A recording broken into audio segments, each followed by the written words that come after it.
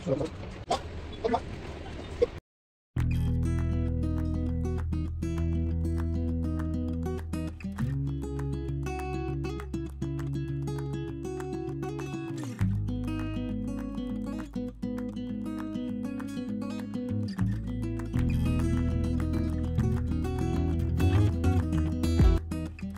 Everyone, good evening and welcome back to my YouTube channel. कसे आहात तुम्ही सगळे? मजेत आहात ना? मजेत असायलाच हवं।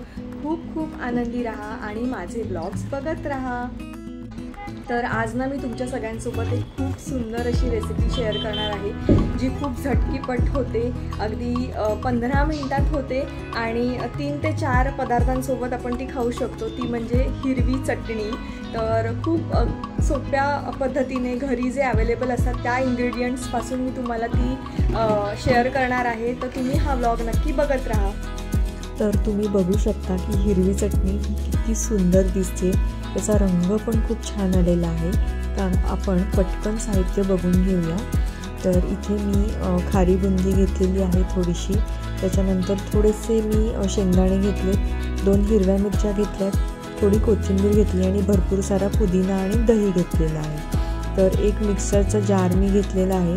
तर त्याच्यामध्ये मी सर्वप्रथम 2 बारीक चिरलेल्या हिरव्या मिरच्या टाकून घेते।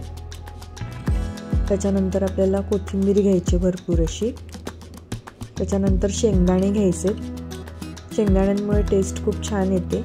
आणि इथे मी खारी बुंदी घालते कारण माझ्याकडे शेव अवेलेबल नव्हती घरी, त्याच्यामुळे बेसनचं काहीतरी पदार्थ टाकला पाहिजे, मग बाइंडिंग खूप छान येतं, त्याच्यामुळे मी खारी बुंदी घातलेली आहे। आणि खारी बुंदी घातली आहे त्याच्यामुळे आपल्याला मीठ थोडं कमी प्रमाणात घालायचं आहे, कारण बुंदीमध्ये ऑलरेडी मीठ थोडं असतं। आणि त्याच्यानंतर आपल्याला मीठ घालून झालं की 2 चमचे दही घ्यायचे।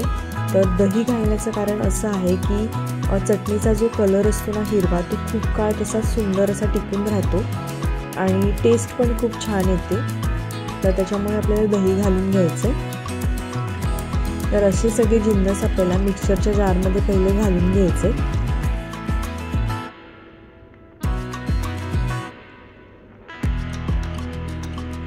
आणि ना त्याच्यानंतर आपल्याला मिक्सर ग्राइंडरला हे सगळं जे आपण मिश्रण केलेलं आहे ते व्यवस्थित बारीक असं वाटून घ्यायचे।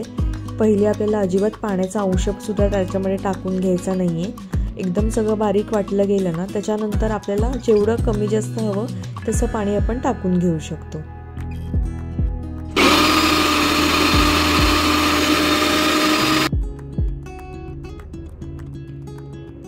तर मी थोडंसं पाणी टाकलेलं आहे कारण मला एकदम घट्टसर अशी चटणी आवडत नाही। तर इथे माझं मिक्सर जारला व्यवस्थित असं वाटून झालेलं आहे।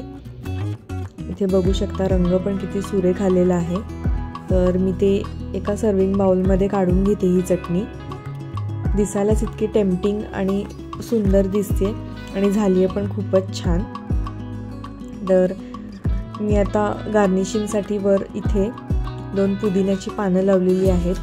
तर ही रेसिपी तुम्हाला कशी वाटली हे मला नक्की कमेंट करून सांगा।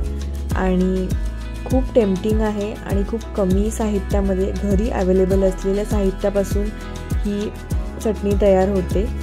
माझ्याकडे आता शेव नव्हती, त्याच्यामुळे त्याच्यासाठी दुसरा पर्याय म्हणजे खारी बुंदी अवेलेबल होती, त्याच्यामुळे ती घातली आहे। पण तरी पण ह्या चटणीची चव खूप सुंदर झालेली आहे। तर तुम्हीसुद्धा नक्की ट्राय करून बघा। सँडविच, त्याच्यानंतर डोसा, उत्तप्पा, त्याच्यानंतर अप्पे केले तर ही हिरवी चटणी आपण नक्की खाऊ शकतो त्याच्यासोबत। तर ही रेसिपी कशी वाटली हे मला नक्की सांगा। तर हा हिरव्या चटणीचा व्लॉग तुम्हाला कसा वाटला हे मला नक्की कमेंट करून सांगा। आणि असेच माझे नवनवीन व्लॉग्स येत राहतील। तर माझ्या चॅनलला लाईक, शेअर आणि सबस्क्राईब करायला अजिबात विसरू नका। आणि थँक्यू सो मच।